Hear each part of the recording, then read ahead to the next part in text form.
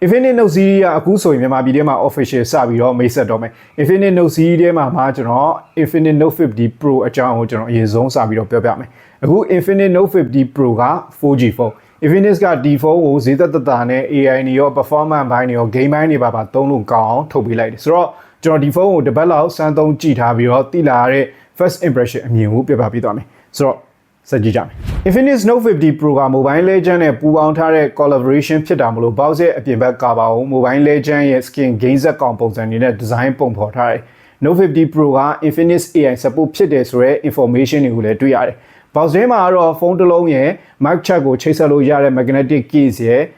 90W အသွင် charger ရဲ့ USB ကျိုးနဲ့ tempered glass တွေစာတန်းတွေ after sale အတွက် SVIP ကတ်တွေကိုထည့်ပေးထားတယ်ဖုန်း box နဲ့အတူတူပဲ Infinix wireless charger တစ်ခုကိုလည်းထည့်ပေးလိုက်တယ်အဲ့ဒါလည်းတော်တော်ကြီးမိုက်တယ်ဆိုတော့ box တွေပါကြည့်တာနဲ့ game ကို focus ထားတဲ့ဖုန်းတစ်လုံးဆိုတာကိုသိတာလို့ပဲ box နဲ့အတူထည့်ပေးလိုက်တာတွေကလည်းတကယ်အသုံးဝင်တာတွေကြီးပဲ design တွေကနေစပြောရရင် Note 50 Pro က metal frame နဲ့အရှိဘက်ကမှန်တဲ့ bounce ဖန်တီးထားတဲ့ဖုန်းက solid ဖြစ်ပြီးတော့ premium အရေးသွေးရှိရလို့ခံစားလို့ရတယ်ကျွန်တော်ရထားတဲ့အကြောင်းက Enchanted Purple နောက်ထပ်ရွေးစရာအကြောင်းတွေဆိုရင် Racing Edition Titanium Grey Solid Black ဆိုတဲ့အကြောင်းတွေရွေးလို့ရတယ်အလေးချိန်က 198 gram ဝန်းကျင်လောက်ပဲရှိတယ်အရင် Note 50 Pro နဲ့ရှင်မယ်ဆိုရင်နည်းနည်းလေးပို့ပြီးတော့လေးတယ်အရင် version တော့ဒီ camera module နေရာမှာ4000ဆန်ဆန်လှုပ်ထားပေးမယ်လို့အခုကတော့ camera module က outer cone ပုံစံမျိုးဖြစ်သွားတယ်ပို့ပြီးတော့ခက်မိတဲ့ပုံစံဖြစ်သွားတယ်နောက်ဘက်ကပါတော့ဒီ polycarbonate material ဖြစ်တဲ့အတွက်ကြောင့်မလို့ matte ဖြစ်တဲ့ဘက်ကိုတော့သွားတယ် hand feeling ကတော့ solid ဖြစ်တယ် metal ဘေးပေါက်နေဆိုတော့ပို့ပြီးတော့မိုက်တယ်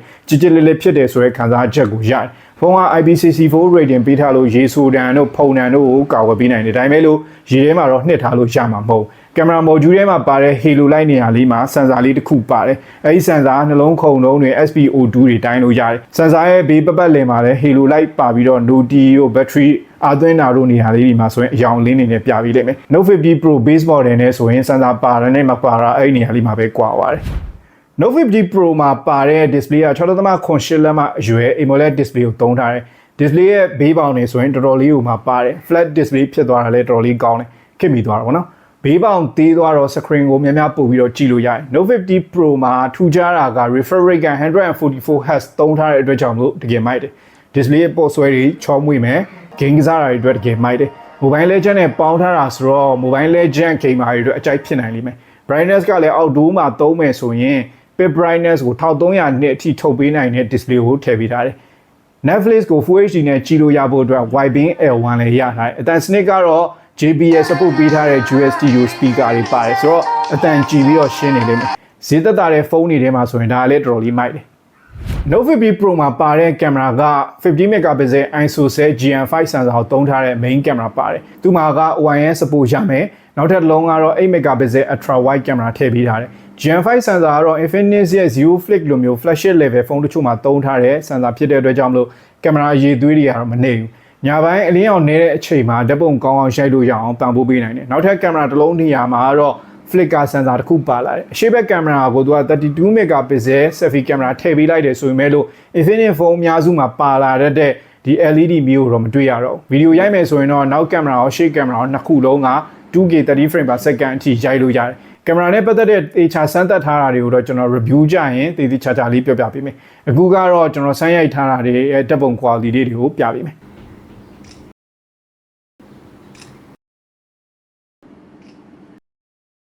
Note 50 Pro မှာထည့်ထားတဲ့ချစ်က MediaTek Helio G100 Ultimate ကိုထည့်ထားတယ်ဒီချစ်က2024 August မှာထွက်ထားတဲ့ချစ်ဆက်ဖြစ်တဲ့အတွက်ကြောင့်မလို့တစ်နှစ်တော့မပြည့်သေးဘူး Clock speed က 2.2 GHz အထိရှိပြီးတော့ GPU အနေနဲ့ဆိုရင်တော့ Mali G57 MP2 ပါတယ်ဖုန်းမှာက RAM 12GB နဲ့ storage 256GB ကိုမှ RAM extended လုပ်ဖို့ 12GB အထိ support ဖြစ်တယ်ဆိုတော့ 24GB အနေထားနဲ့သုံးရမယ်Mobile Legends နဲ့ကလည်း Infinix ကပေါင်းထားတဲ့အတွက်ကြောင့်မလို့ Note 50 Pro မှာ high setting ထားမယ်ဆိုရင်game ကမြန်မယ် game စားရလည်းအတားချက်ဖြစ်မယ်အပူလည်း short ပေးနိုင်တယ်ဆိုတော့ mobile gamer တွေအတွက်ကတော့လုံးဝအဆင်ပြေတယ်ကျွန်တော် Data Force နဲ့ PUBG လိုမျိုး game တွေရဲ့အခြေအနေကိုလည်း review ကြရင်ပြောပြပေးမယ်ကျွန်တော်ရဲ့အခု unit ကတော့ 4G version Android 50 ပေါ်မှာအခြေခံထားတဲ့ 8OS 50 ကို run နေတယ် OS update ကို2နှစ်အထိပေးမယ်လို့ Infinix ကပြောထားတယ် UI ကလည်းအရင်အထက်ပို့ပြီးတော့လှပြီးတော့ပို့ပြီးတော့သုံးလို့ကောင်းလာတယ်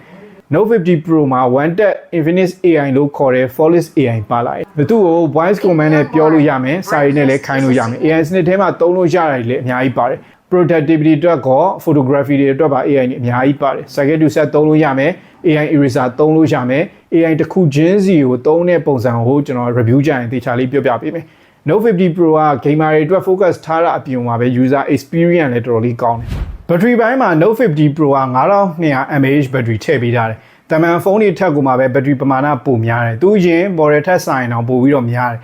သူအားသွင်းမယ်ဆိုရင် 90W wire fast charging နဲ့အားသွင်းလို့ရမယ် 30W wireless charger ကိုလည်း support ပေးထားတယ် 90W charging နဲ့အားသွင်းမယ်ဆိုရင် 1% ကနေပြီးတော့ 100% အထိပြည့်ဖို့အတွက်38မိနစ်အတွင်းမှာပဲအပြန်ပြည့်နိုင်တယ်ဆိုတော့တော်တော်လေးမြန်တဲ့အားသွင်းစနစ်ကိုထည့်ပေးလိုက်တယ်လို့ပြောလို့ရတယ်ဒီလိုစနစ်တွေပါလာတာဈေးသက်သာတဲ့ segment တွေထဲမှာဆိုရင်လုံးဝအားသာချက်ပဲအားသွင်းတာကလည်းမြန်တာအပြင်မှာပဲပုံစံမျိုးစုံနဲ့အားသွင်းလို့ရတယ်ဘက်ထရီပမာဏကလည်းအားပုတ်ခံမယ်အဲ့အပြင်မှာပဲ bypass charging တွေပါလာဆိုတော့ game ကစားရင်ဗီဒီယိုကြည့်ရင်လည်းအားသွင်းမယ်ဆိုရင်လည်းရတယ်ဘက်ထရီအတွက်ဘာမှထိခိုက်နိုင်မှာမဟုတ်ဆိုတော့ first impression အမြင်ပြောရရင် Infinix Note 50 Pro ကဈေးနှုန်းနဲ့ရှင်မယ်ဆိုရင်တန်ဆုံးဖုန်းတစ်လုံးဖြစ်လာလိမ့်မယ်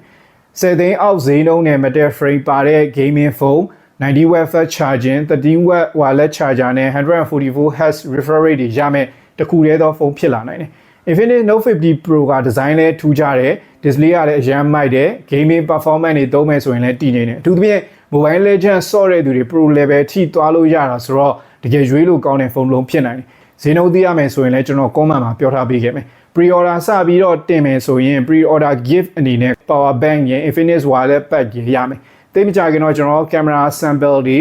full performance နဲ့လုံးဝစမ်းထားတဲ့ review ကိုတင်ပေးသွားမယ် stay tuned ပါ